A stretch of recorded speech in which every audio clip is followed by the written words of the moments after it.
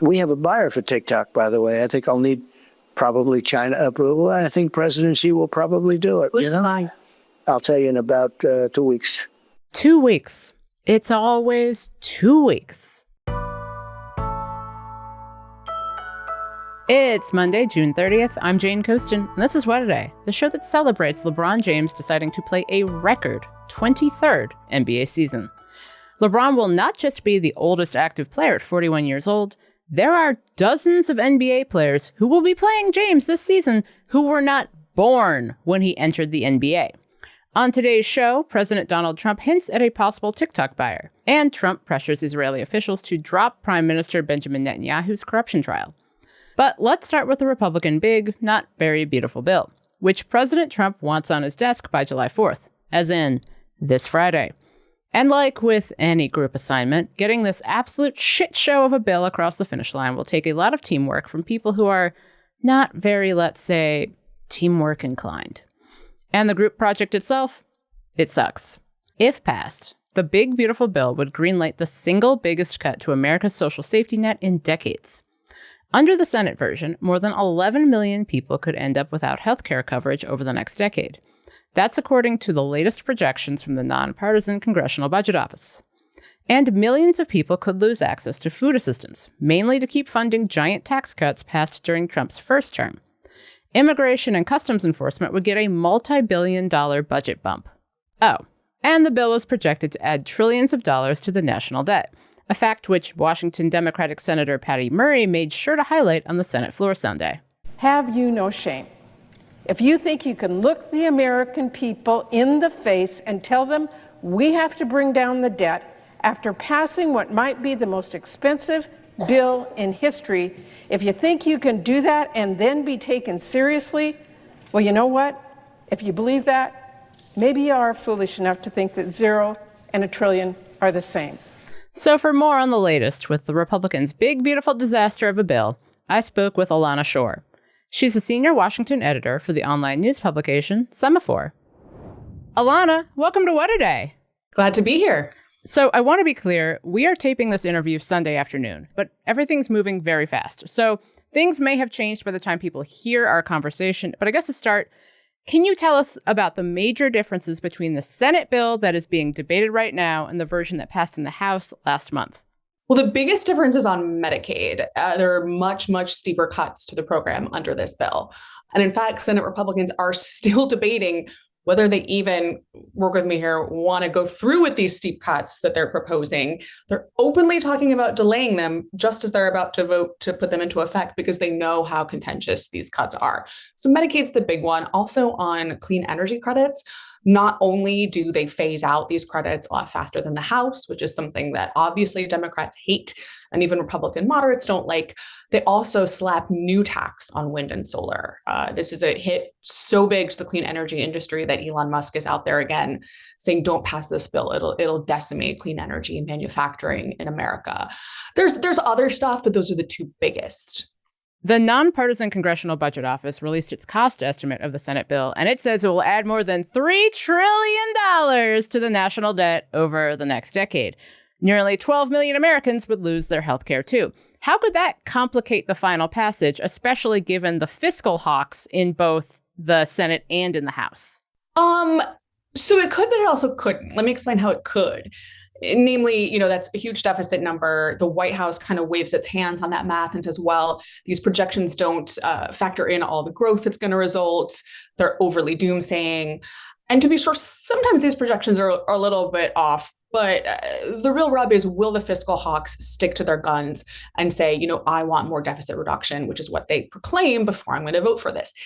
They don't have a habit of sticking to that. I mean, in fact, as we've seen throughout this Congress, very few Republicans have a habit of sticking to their hesitance and reluctance when Trump and the White House, really put the pressure on. Yeah, I think, we've seen some of the hawks like Rand Paul, Mike Lee, Ron Johnson try to hold out their vote on even starting a debate, and Johnson and Lee caved. Paul didn't. But I am curious as to another senator that we've been keeping an eye on, which is Alaska's Lisa Murkowski. Over the last few days, Republicans have added a ton of provisions to the bill specifically to get her support, which I'm kind of entertained by. Everything from waivers to exempt Alaskans from work requirements for food aid to a tax write-off for whaling captains. And she still seems reluctant to move the bill forward, which, like, the whaling captains, Lisa, where does she stand right now? Think of the whaling captains. The whaling captains! Literally as we speak, right, with the ultimate fate of the bill somewhat but not totally up in the air, Republicans are preparing to argue before the Senate parliamentarian. And I know I'm getting wonky again, but I'm sure you've talked about this figure. A nonpartisan referee has also dealt a lot of blows to Democrats in the past on stuff like the minimum wage. She's known to be equal opportunity in what she pushes out of these bills. And the big question is whether she lets some of these Alaskan carve-outs stay intact or whether she rules this is like too obvious a carve-out for Murkowski State, doesn't have a meaningful effect on the budget. It can be filibustered out of there. So I would say right now, Murkowski voted to start debate. If a lot of these carve-outs, I don't want to say giveaways, to her state stay, she's likely to keep voting yes. But it really depends on how those rulings go. Now, amidst all of this, North Carolina's Tom Tillis announced that he won't be seeking re-election next year, which I think we kind of knew a couple of years ago. But he's been opposed to this bill, saying it's bad for his state. And in his announcement on Sunday, he had some pointed criticism for his colleagues. Quote, "Too many elected officials are motivated by pure raw politics, who don't really give a damn about the people they promise to represent on the campaign trail." How is that reverberating in Congress? As you say, I don't think it's a particular shock. Even before this, Tillis really didn't want to vote yes on Pete Hegseth. He was going around strongly signaling that I don't think this guy is worthy to lead the Pentagon. And then just kind of folded amid some really fierce pressure from this White House. So he was on retirement watch for a bit this year. I think this will reverberate, though, just because he was so blunt. In his statement, he also said he's looking forward to calling balls and strikes, as he sees fit, which is essentially in Senate speak saying, I'm now going to speak my mind and look out, Republicans. I may or may not keep voting the way you want me to vote. Now, though this is only entertaining to me, should the Senate ultimately pass this bill, it has to go back to the House to approve any changes made. And we've heard a lot from various members of the House saying about, say, for example, the stipulations with AI, saying like, oh, I didn't even know that was there, and I hate it, and I'm mad all the time. So there's been a lot of differences between the House and the Senate, even among fiscal hawks, even among the people who should be the most supportive of this bill. So what are the potential poison pills that could doom its chances there? Because the House version originally passed by a single vote. Certainly SALT, or I should say the state and local tax deduction debate, could really hurt this. SALT, it's blue state Republicans, mostly New York and California, high tax regions where they want to eliminate this cap on the deductions. Again, super wonky here, but this is something Trump has very frequently said, like, I'm going to help you out with, and then just not for a while. This is as far as I can tell, this is why Mike Lawler talks about anything, is talking about SALT.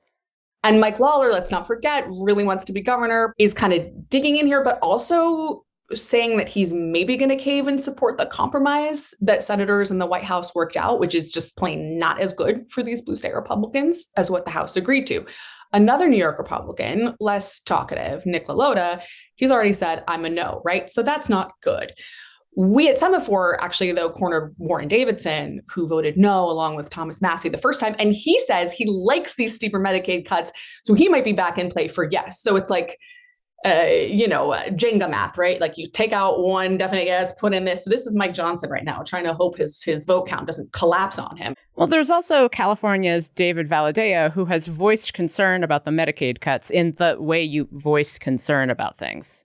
Yeah, that's a good point. I didn't mention that because, again, I'm just deeply skeptical at this point that the Medicaid cuts, given that the House was already cutting Medicaid by quite a bit, other than Tillis, who was in a very specific position trying to get re-election in a state where legislators were on record saying this is going to be a problem, trade associations, I'm less certain Valadao will actually follow through with that. Now, here's a basic question for you. Is the House in town? Can this really get done by the holiday, which is Friday, as in this Friday? Correct. I mean, so As your listeners may know, whenever there's a congressional recess, some of these guys go home and hang out with their families, but a lot of them go on CODELs, congressional delegations to, international locations. There's a lot of plans, not to mention holiday parades and constituent events that are getting canceled and rejiggered right now. And that could be even bigger of an issue in the House because we're bumping right up until July 4th to potentially pass this thing. House Speaker Mike Johnson has said, I'll give my members notice, probably around 48 hours for them to get back to Washington and vote on this. But that gives them a super, super narrow window, like between maybe Wednesday morning and Thursday afternoon to get this all done. And anybody who watches Congress knows the House has trouble moving that fast on anything. Now, I realize Republicans don't have huge margins in either chamber, and they are trying to satisfy wings of their caucus that have exactly opposing interests and seem to hate each other. But what do you think it says that so many Republicans seem so reluctant to pass this bill? Polling shows voters aren't on board with it, and it seems like the only thing keeping it alive is the threat of the president calling you and yelling at you. This bill has had a super interesting history, right? I mean, keep in mind, in 2017, when Republicans used the same filibuster protections to pass the first Trump tax cuts that they're now trying to extend, the House and Senate were in agreement and totally had a plan basically by New Year's, right as the Congress was starting. And this time they've squabbled, they fought, should we do one bill or two? It was being dragged down well into the spring, right? So there was never the chance for them to kind of sing kumbaya, to use the cliche, and get excited about doing something along party lines. And you've seen that, right? There's been this level of just malcontent with the process that I think now is spilling into the policy as you're seeing more and more Republicans come out and criticize more and more things. I mean, you had Josh Hawley come out this weekend and say on camera, I don't think we should be cutting healthcare for working people while giving corporate tax breaks. He fully plans to do that. He said, I don't think we should be doing the thing that I'm about to vote for. And this is not to pick on Josh Hawley. I think that's how a lot of Republicans are thinking. They're almost realizing in real time, this is going to be pretty hard to sell because on paper, yes, preventing a tax increase is part of Republican ideology forever. Yes, that's sellable, but there's so much other stuff in here, from the Medicaid cuts to AI. Not to mention, a lot of these guys have never voted to increase the debt ceiling. We're talking trillions of debt that they're voting for the first time in their careers. Of course, they're not going to like it. Alana, thank you so much for joining us. Thanks for having me. Following the news cycle during this flood the zone era can feel like garbage. But people like you tuning out is what the Trump media machine is counting on. On What a Day, we take this garbage fire of a timeline and compress it into something irreverent, engaging, and fast. Subscribe to our channel. It means you won't miss an episode, and it helps us out a lot. What a Day is brought to you by Nutrafol. Hot days, humid nights, and nonstop plans, all that heat can increase hair shedding, while a packed schedule can add stress, which can impact your hair. Nutrafol's whole body approach and clinically tested formulas support your hair from within, so you can focus on living your best life all summer long. Nutrafol is the #1 dermatologist-recommended hair growth supplement brand, trusted by over 1.5 million people. Anything truly worthwhile takes time and effort, and with Nutrafol, see thicker, stronger, faster-growing hair and less shedding in just 3 to 6 months. Everyone's root causes of hair thinning are different, so a one-size-fits-all approach to hair growth doesn't cut it. Nutrafol has multiple formulas designed to give your body what it needs to grow and support your hair's unique needs. Whether you're navigating postpartum, menopause, a plant-based lifestyle, or simply looking to see less hair shedding, Nutrafol has you covered. And while many supplements rely solely on ingredient studies, Nutrafol clinically tests final formulations to ensure their efficacy. In a clinical study, 90% of women saw overall improvement in their hair after taking Nutrafol Women Hair Growth Supplement for 6 months. This summer, stop worrying about your hair and start making memories. For a limited time, Nutrafol is offering our listeners $10 off your first month subscription and free shipping when you go to Nutrafol.com and enter promo code DAY. Find out why Nutrafol is the best-selling hair growth supplement brand at Nutrafol.com, spelled Nutrafol.com, promo code DAY. Headlines. We have a buyer for TikTok, by the way. I think I'll need probably China approval, and I think President Xi will probably do it. Who's buying? I'll tell you in about 2 weeks. A big technology company there. Very, very wealthy people. It's a group of very wealthy people. 2 weeks. It's always 2 weeks. President Trump appears pretty confident that he has a solution for his TikTok problem. The Chinese-owned app has been facing the possibility of a ban in the U.S. over national security concerns. leaving its fate for American users up in the air. Trump has extended the deadline 3 times since he took office in January. Trump hinted at the possible deal in an interview with Fox News' Sunday Morning Futures. It was taped Friday and broadcast Sunday. Trump discussed a slew of other topics with host Maria Bartiromo. Here's what he said when she asked about his 90-day tariff pause on most countries, which is set to come to an end next week. So we made a deal pretty much with India. We made a deal with China. We made a deal with UK, great people. We made deals. But I'd rather just send them a letter, a very fair letter, saying, congratulations, we're going to allow you to trade in the United States of America. You're going to pay a 25% tariff or 20% or 40 or 50%. I would rather do that. When Bartiromo asked if he would extend the pause, the president said he doesn't think he'll need to, but he could. And of course, Trump rambled about the obliteration of Iran's nuclear sites. And they did obliterate it, it turned out. Then we had to suffer the fake news, where the fake news in CNN and the New York Times was saying, well, maybe it wasn't as good as Trump said. Maybe it wasn't totally obliterated, but it was destroyed, but not just horrible. Whatever. Trump also suggested consequences for whoever leaked the preliminary intelligence assessment last week that suggested Iran's nuclear program was only set back a few months by the U.S. strikes. You tweeted the Democrats leaked an intelligence. They should be prosecuted. Who specifically? Do we know who did it? Will you be able to find out? They could find out. If they wanted, they could find out easily. You go up and tell the reporter, national security, who gave it. You have to do that. And I suspect we'll be doing things like that. We'll be doing things like that. Sure. The head of the International Atomic Energy Agency said of Iran's nuclear sites in an interview that aired on CBS Sunday, quote, "It is clear that there has been severe damage, but it's not total damage." I was elected on a historic mandate, but in recent months we've seen a handful of radical left judges effectively try to overrule the rightful powers of the president to stop the American people from getting the policies that they voted for in record numbers. It's not a historic mandate, and it wasn't record numbers, but okay. On Friday, the United States Supreme Court released 5 new decisions, including one that limited the ability of lower courts to issue nationwide injunctions against executive orders. The specific issue the case addressed was President Trump's attacks on birthright citizenship. In late January, Trump issued an executive order that sought to deny automatic citizenship to the future children of undocumented immigrants and those with temporary legal status. Birthright citizenship has been upheld for 125 years under the 14th Amendment of the Constitution. The Supreme Court's 6-3 ruling rejected the validity of injunctions filed by state judges against that particular order, meaning that it will now move forward in most states. The ruling did not, however, address the constitutionality of Trump's attempt to end birthright citizenship.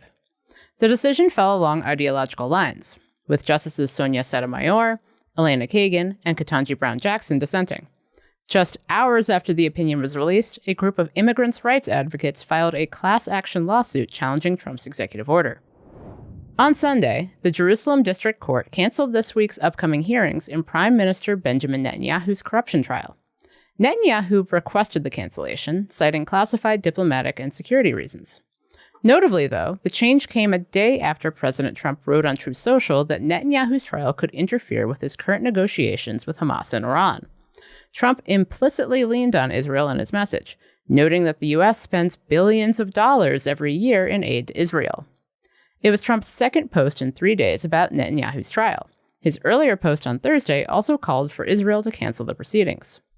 Netanyahu was indicted in 2019 on charges of bribery, fraud, and breach of trust, which he has denied. His trial has been ongoing for the last 5 years. Trump has repeatedly called for Israel and Hamas to end the war in Gaza, and told reporters last Friday that he thought a deal for a ceasefire could be reached within a week. Trump posted again on Truth Social early Sunday morning, writing simply, quote, "Make the deal in Gaza! Get the hostages back!"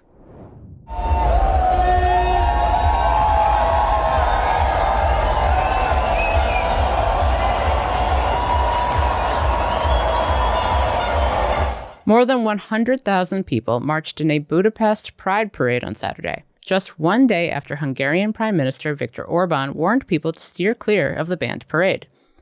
In March, Orban's party passed legislation barring pride events and allowing the use of facial recognition to identify attendees. Potential participants were threatened with fines of up to $600. But Budapest's liberal mayor tried to facilitate a workaround, renaming the event Budapest Pride Freedom and recasting it as a commemoration of Soviet troops pulling out of the city in 1991. Even after police banned that event, a record-breaking number of people showed up to the parade. The impressive turnout is already being called a political turning point for Orban's conservative Christian government. The overwhelming display of opposition to his policies comes as Orban faces an unprecedented threat in next year's election from his political rival, Péter Magyar. On Sunday, Orban called the event, quote, repulsive and shameful. Good luck next year, buddy. And that's the news. One more thing. Let's try something.